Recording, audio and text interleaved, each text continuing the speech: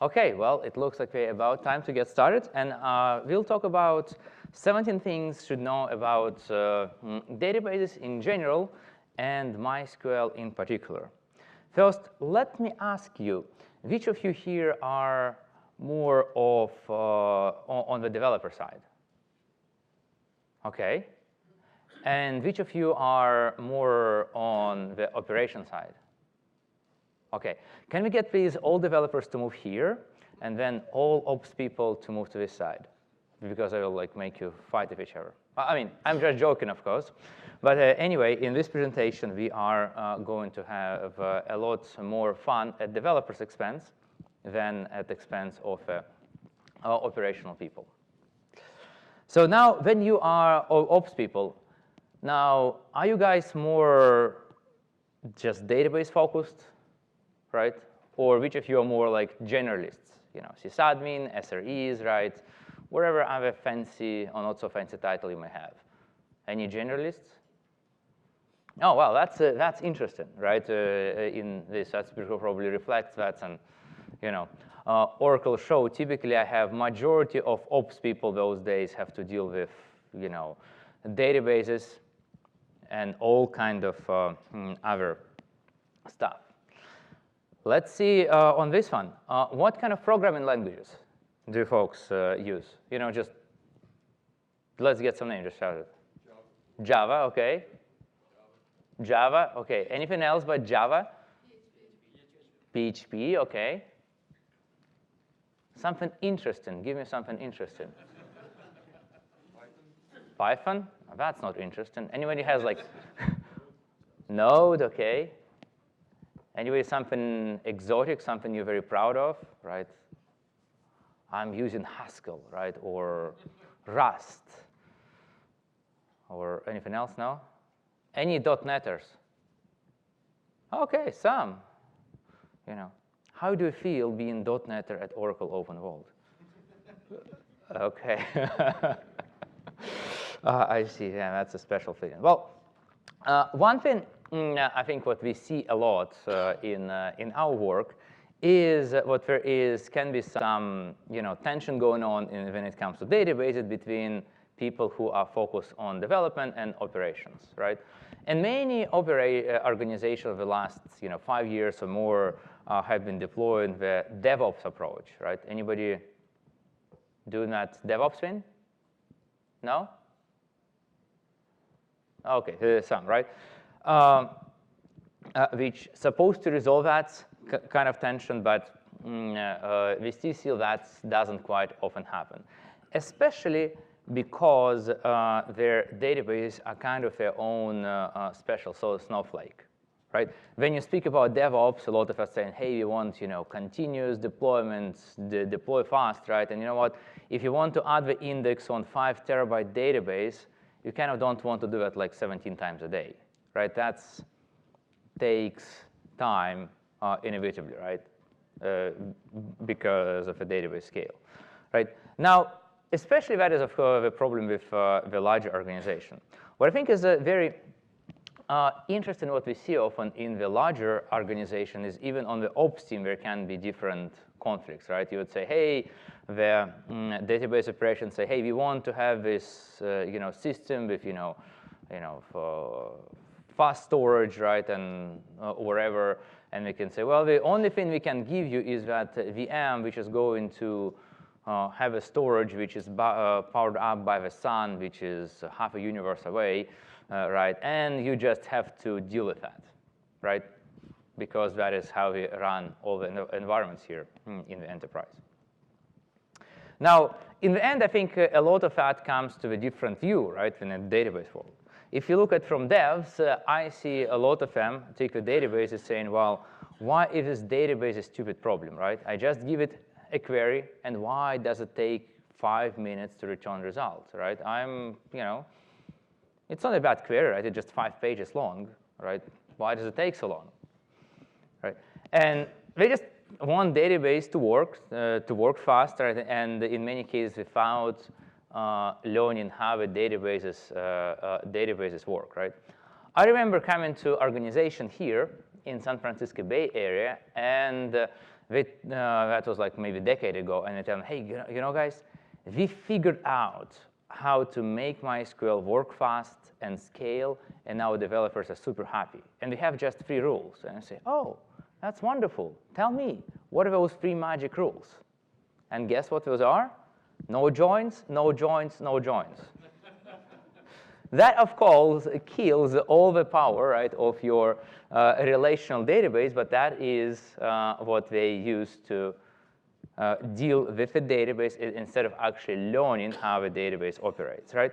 And if you look at a lot of movement, the kind of no SQL movement, right, is about, hey, give us simpler database because we do not want to learn the database.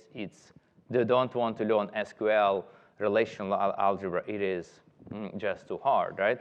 And of course, from ops folks, especially who understand about the database, like, oh my gosh, why don't you learn this database design? Why do you write those monster queries? Why don't you add even basic indexes? Why don't you think what you can, you know, come up with all this new set of queries, new set of data, and not think about what, well, there is certain capacity in a database, right? I mean, you need to plan for that. Now, in reality, of course, that is the database success is a shared responsibility, right?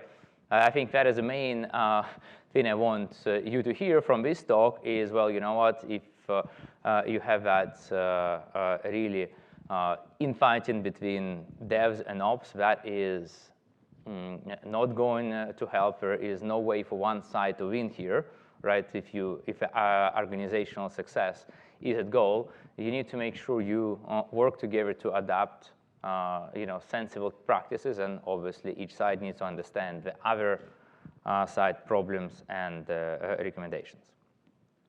With that, let us go talk about developers and what I think is very helpful to learn. One is, the first is starting from learning database basics, right? I believe if you are building complicated database applications at scale, you can't just get along with, oh, you know, I don't really know how SQL works. If I need something, I kind of Google it. I pick maybe some query from a Stack Overflow, wherever, right? And that's how it works, right? It's just not going to work. Specifically, you want to make sure you learn the power of schema design, and you also learn the power of a SQL language, because doing things in SQL in many cases much more efficient, both from your development time as well as from performance, than doing, you know, joins in your application, right? As you often see application by developers who don't understand SQL is written, right? Hey, instead of running some decent SQL query, we'll just, you know, run 10,000 lookups, right? And then do some magic in application. That would work well, right? Specifically, I think it's very important to know how does the database execute the query, right? This is a very simple diagram from MySQL, of course, right? And it's puzzling to me how many people do not really even have understanding of a query execution process on that very, very basic level, right? In this case. Another thing I would suggest is to make sure what you or your developers really learn the explain, right? The explain tool, again, not MySQL specific, is very powerful to understand how queries can impact your performance. This is a screenshot from MySQL Workbench, if you wonder, which helps you to visualize queries execution plan very nicely. One thing I would also suggest when you look at explain plan, not only look at what explain you have right now, but also understand what it means and how is that going to change over time, right? Because many applications launch with a small data sets, right? And explained for small data sets do not look scary. Scanning 1,000 rows, not a big deal. But if you expect that to grow to 10 million over the next month, that becomes a much bigger deal. From our side at Percona, we also have a tool, in this case, to help developers and operation folks to get on the same page. It's called Percona Monitor and Management, which helps you to understand which queries are causing the load on your application, right? Why those queries are causing the load, right? So for example, in this case, I can understand something like saying, hey, you know what? InnoDB reads take about 3% of a query, so really, getting a faster disk would not really help me a lot. And also how to improve their performance, bringing information about the table, explain plan, and everything all on the same page. Now, this is actually quite accidental, but we just today announced the new PMM version 2, GoInJ, which is quite cool. And if you guys want to play out and see how it works without spending time to install it, you can check out that PMM demo percona.com. But going back to the query execution, what are other important basics beyond that process of execution in the database? Now, I see this is puzzling for many developers who do not understand MySQL, right? And who may be getting used and educated to some newer systems which are sort of distributed, right, by default, right? So you need to understand, OK, if I send certain query, certain workload to the system, how is that going to be executed, right? In case of MySQL, it is single-threaded, right? Single query is only being able to use pretty much single CPU core, right? That is especially important for some more complicated queries, batch job, and so on and so forth, right? And I have seen so many developers confused with that, saying, like, what the hell is going on, right? I have running this query, I have been waiting for half an hour, and I still see only 5% of a CPU usage. Well, one core is pegged, others are idle, because MySQL use only single query for execution, right? Some other database engines are able to use multi-cores for executing the query, right? Which is actually a big deal, because we are in the age when we can have 100 cores, right, on the CPU, right? So potentially, if you would get the linear scalability, you can get the 2 orders of magnitude better performance just by able to execute the query by using all the CPU resource on the same node, right? And of course, is a holy grail, right? Is your distributed query execution. You can say, hey, you know what? If I deploy the cluster of whatever number of nodes, I throw the queries on it, and if it makes sense, queries are going to be executed on the whole cluster.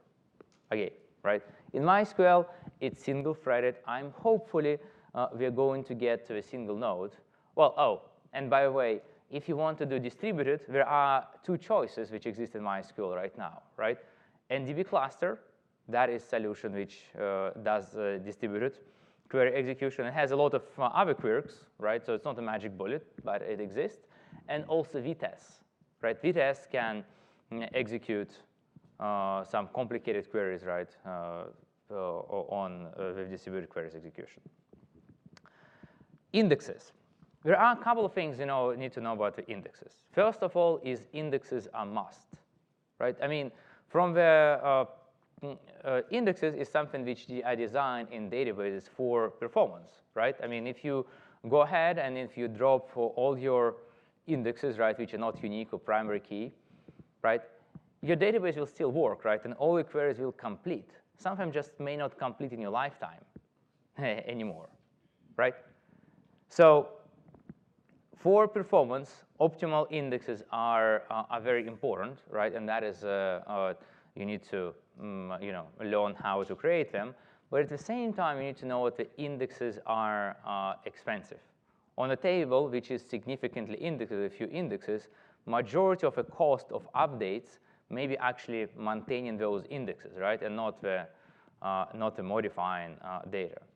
And in so many cases, we see those expensive indexes misused, right?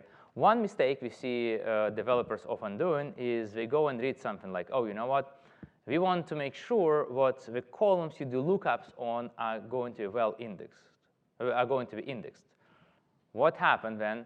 You can see the schema where pretty much every column is indexed separately, right? There is no multi-column indexes or anything like that, right?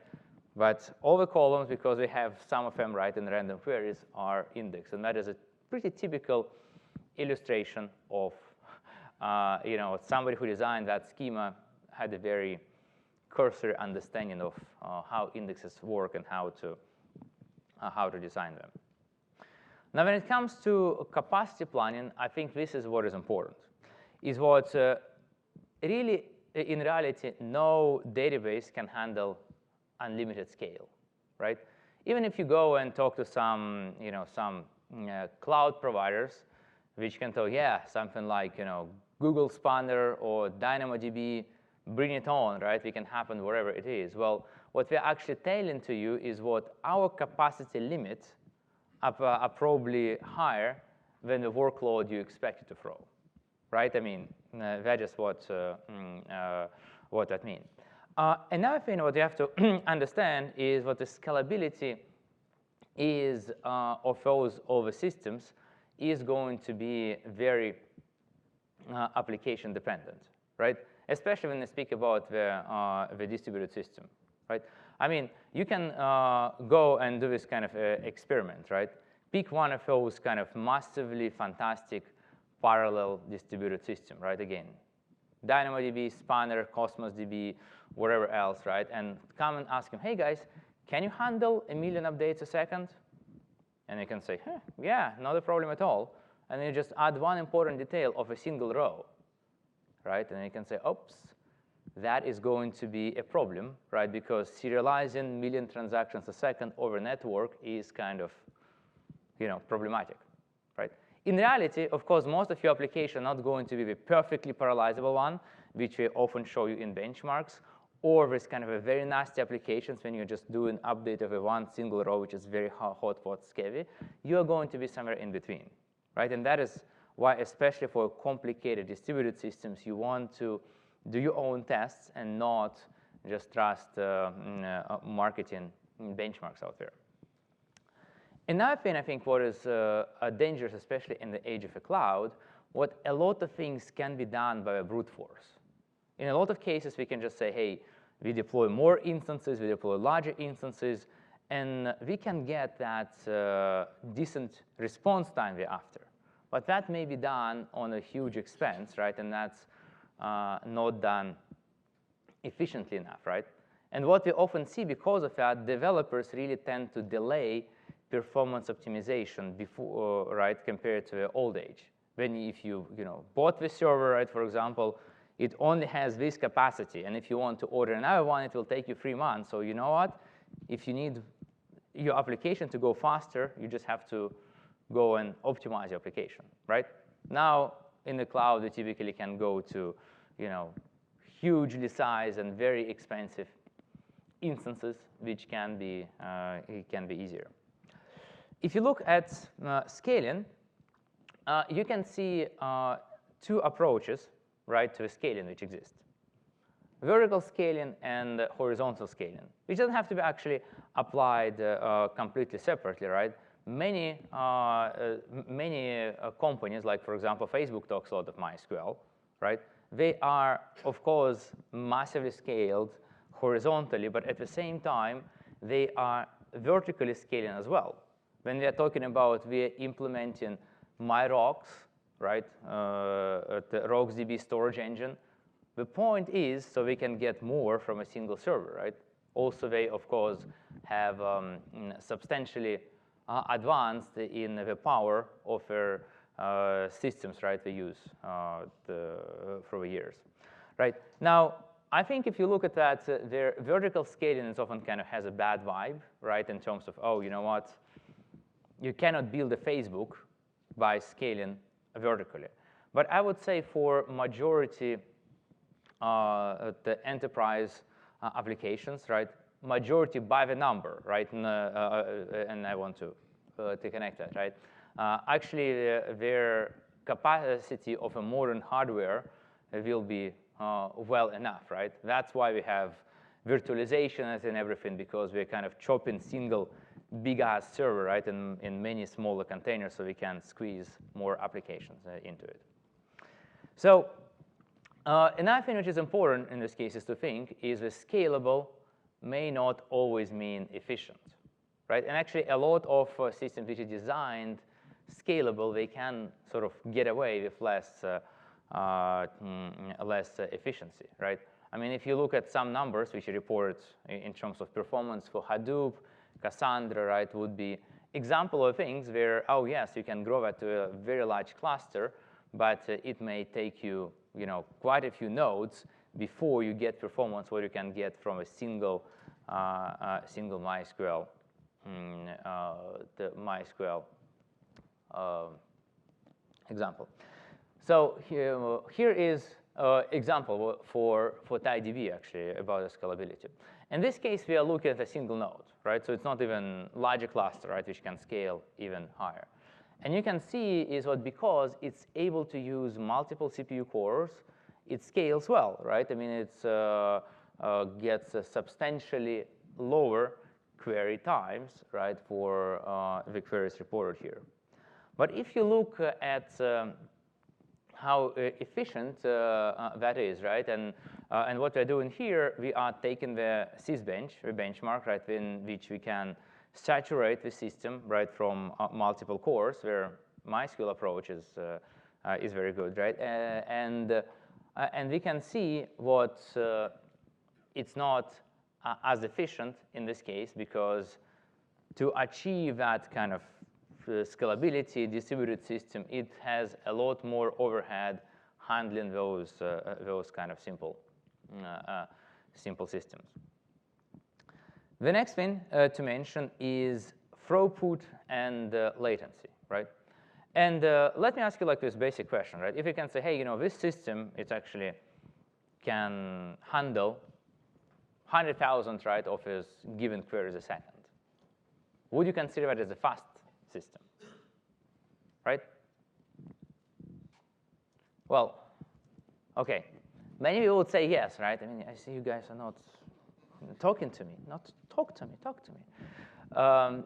And in many cases, you would see will stay fast. But in reality, if I say, well, you know what? The latency for all those queries is, for example, 1 second. And to achieve these query numbers, I would need the concurrency of 100,000, right? Just run 100,000 of them concurrently, right? Then you would say, well, that may not mean so fast in this case. Now, while this example may sound a little bit artificial, in reality is especially for distributed systems, often your peak throughput is being reached at relatively high latency, right? And response times at lower concurrency may be not what those very high throughput numbers really tell you. And I think what we often look at as a problem is the understanding of the speed of light limitations. What I see very commonly is the developers say, well, you know what? We want this database which will be geographically distributed, right, across all the continents. I'm going to write to that, and it's going to very fast real-time writes. And I can write on any of those data centers, right, read from any data centers, right? I want this kind of magic. Well, guess what? That is going to be problematic due to speed of light limitations, right, in this case. So typically, you need to really understand and decide what do you really need within those, like a constraints of physics, as well as those which are placed to you by the technology. In many cases, what we recommend is really understanding the difference between your kind of basic high availability and the disaster recovery. And what I mean by that, let's say if you think you have like several, several nodes, right? So several different availability zones, right? For example, different services in the same region in different availability zones, right? So if one AZ goes down, right, it's not going to impact your workload and not cause a data loss. Now, if something, happens, what all the region, let's say, goes down, right, or even a set of a local regions, right, then you would have to fail over, and maybe there are different constraints about that in terms of time, in terms of potential, loss of transactions, and so on and so forth. Because you know what? Synchronous replication between, let's say, US and Europe is going to be expensive. The thing which also connects to this is what understanding the difference between network bandwidth and latency. In so many times, somebody comes to me, oh, what kind of network do you have here? Oh, we have 10 gigabit, right? OK, that seems reasonable enough. And then you learn, well, it's actually dedicated 10 gigabit link for two locations, which is 2,000 miles apart. Well, you're not going to get the same latency, right, as in your local data center, right, or even same region in the cloud anymore. Another thing when it comes to database is understanding the connections, right? Why connections are tricky? In many cases, developers maybe testing on their laptop or other kind of hyper-converged environments, right, where pretty much you don't have to go through network at all to connect from your application to your database, which gives you completely wrong ideas in terms of how connections are expensive, right? If you are using SSL, TLS, your connections are going to be even more expensive. And also query latency tends to add up, right? If you have many queries. Like I remember seeing an application, just to give you as an example how ridiculous that could be, which would, in a kind of a single sequence, one after another, would require about 100,000 queries to generate a page. Guess what, right? Even on the network latency, that is a lot of time to execute that 100,000 queries. Now, another thing I think what you want developers to understand is the law of gravity, right? And how does the law of gravity applies to the databases? It's very simple. What the shitty application will bring down any database. Wherever great that database is, well-tuned, well-managed, shitty application will bring it down.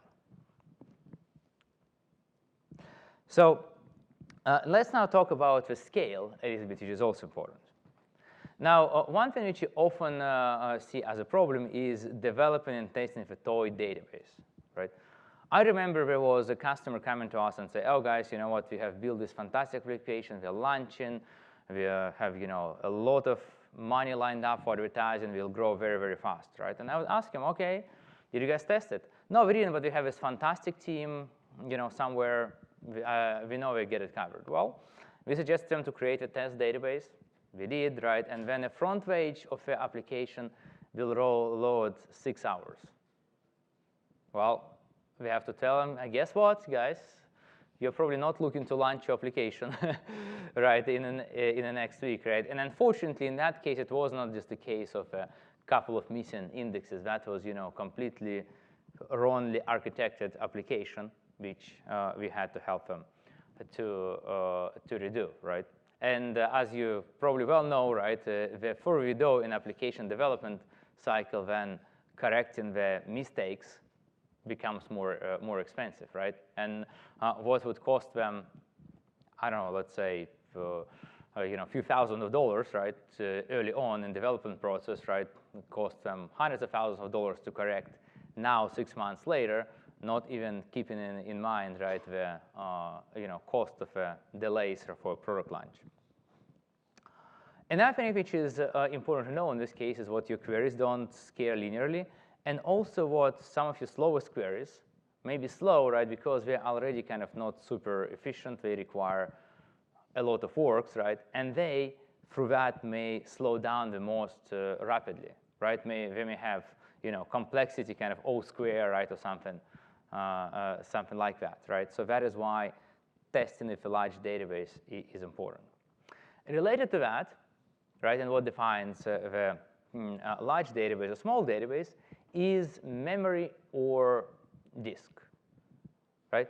Obviously, we have SSD storage those days, right, which have become a lot faster than those kind of spinning drives, right, we used to use a decade ago. But memory access is still much faster, right, compared to SSD. And do not look just as SSD versus memory, let's say, bandwidth numbers, right? The difference is when you're accessing the data on the disk, even if it's like SSD, for MySQL in a DB, you are fetching 16 kilobytes worth of data. When you are accessing the small row in memory, you may be just reading, 64 bytes, right, or some very, very, very tiny number, right? Because there is, 2+ order of magnitude difference right there. That drives a lot of difference, right? So understand that difference, right? You want to understand how your working set fits in memory and how you expect that to fit in production. Because otherwise, if you are unlucky when you transition to a case where your workload was mostly in memory to when you have a very heavy I/O bound workload, you may lose, several times of performance, right, very quickly, right? And the trick here is what the curve, how performance degrades, is going to be very different for different applications. Some applications, it's kind of relatively slow, right? Your data kind of grown by 2x, and you only have, let's say, 20% performance increase. But I have seen also applications which would do excessive kind of scans in memory, would essentially things would slow down by 3 times with only 20% size of a growth of size data set, right? Which is kind of relatively trivial. Also, newer is not always faster. So you always want to make sure to do tests when you upgrade into the new hardware, right? And especially new software, right? Because of default changes, because of, let's say, some other behavior changes, you may see things to go slow. So for example, in MySQL world, from 5.7 to 8.0, default character set changed to UTF-8. Guess what? UTF-8, even though it was well optimized in MySQL 8, is more expensive to work with, right? It's just a complicated thing, right? If you're not keeping that in account, you may say, oh my gosh, my MySQL 8 became slower, while you're not comparing things right. If you look at the upgrades, here is what I think is important, is what the large database upgrades are needed, right? Because sooner or later, the version of a MySQL you're running will not be supported, right? So even if you don't care about any new features in MySQL 8, right, then in a few years, you won't be able to say on 5.6 and still be getting access to the security updates, right, and so on and so forth, right? At the same time, major upgrades often would require some application changes, right? Some companies take quite a few years to really move from updates. Some small application, it's maybe months, but it's only for trivial applications, right? It's just, oh, I replaced MySQL binaries and everything just magically works. What is very important in this case is make sure you have a negotiated lifecycle with application server team, because in many cases, you can say, hey, guys, you know what? we as application developers don't have any time like allocated on that application maintenance anymore, right? At least not related to your stupid database upgrade, right? And then now operations team, which is needs to execute database update because you cannot run unsupported version, right? For example, cannot do that because developers don't want to implement the query changes. Character sets, that is important piece. I mentioned that, but I want to mention that understanding, importance of that understanding again, is because character sets, they do significantly impact performance, right? And they are also pain to change. If you want to change a character set of your data, that pretty much requires you to rebuild everything. Also, if you don't get your character set right, you can have a data loss, right? If you are stuffing, UTF-8 data in the Latin 1, depending on how you do it, you may have the data loss to happen. I mentioned what in MySQL 8, there was a lot of work done for MySQL for optimization of UTF-8.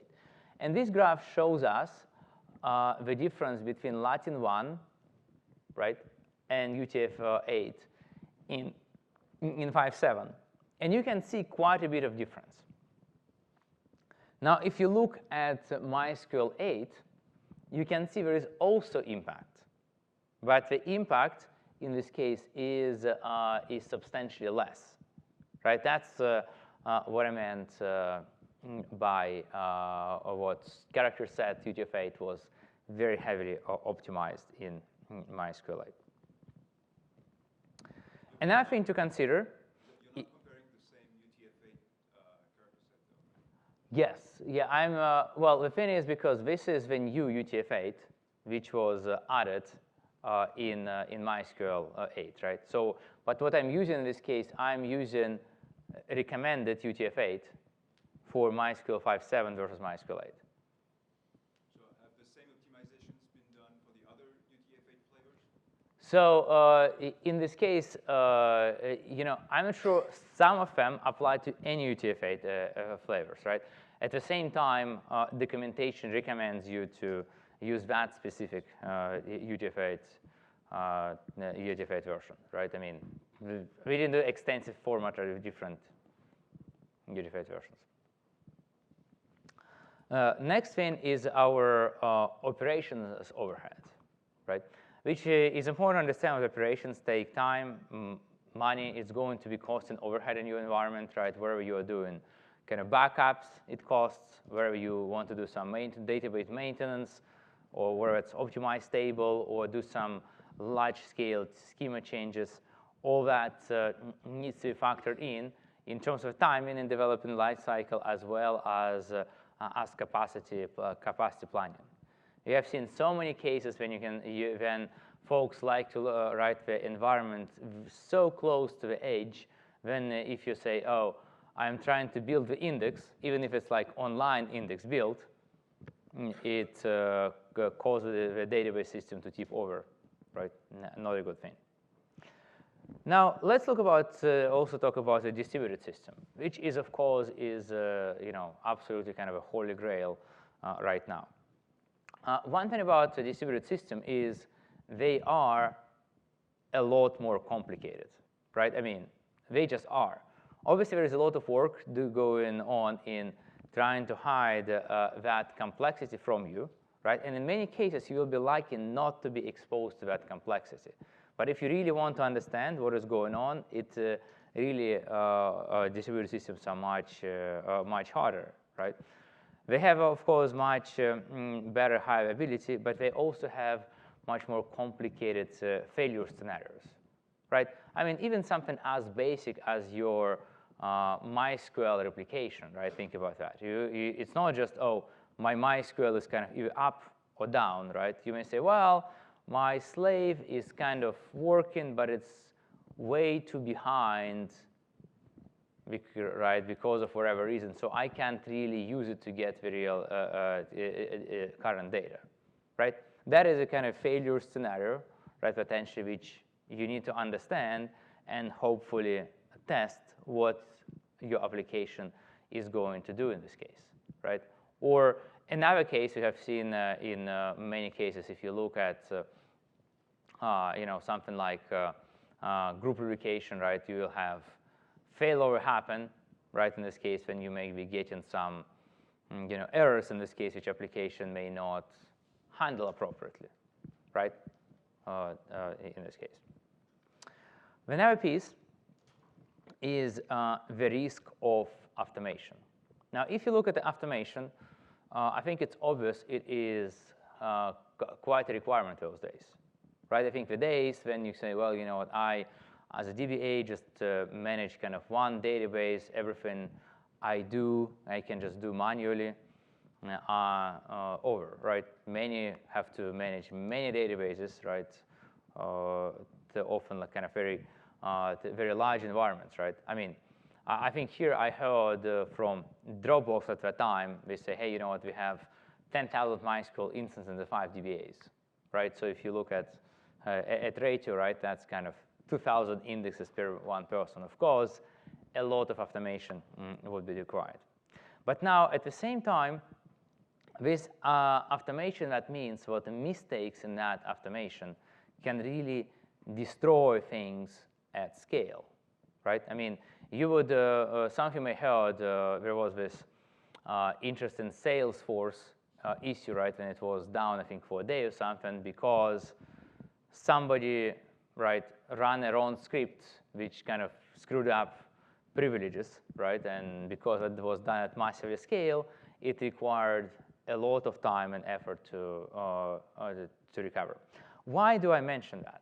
Because I think for a lot of process we see is what that automation framework is not going to the same stringent process of writing the tests for it, doing the code reviews, and so on and so forth as your main application is, right? And I would encourage you to make sure what all the automation you have, right, follows the same rigorous development practices as a main application, if not more. Security. Well, obviously, the database is a place where most sensitive data tends to live. And security is the shared devs and ops responsibility, right?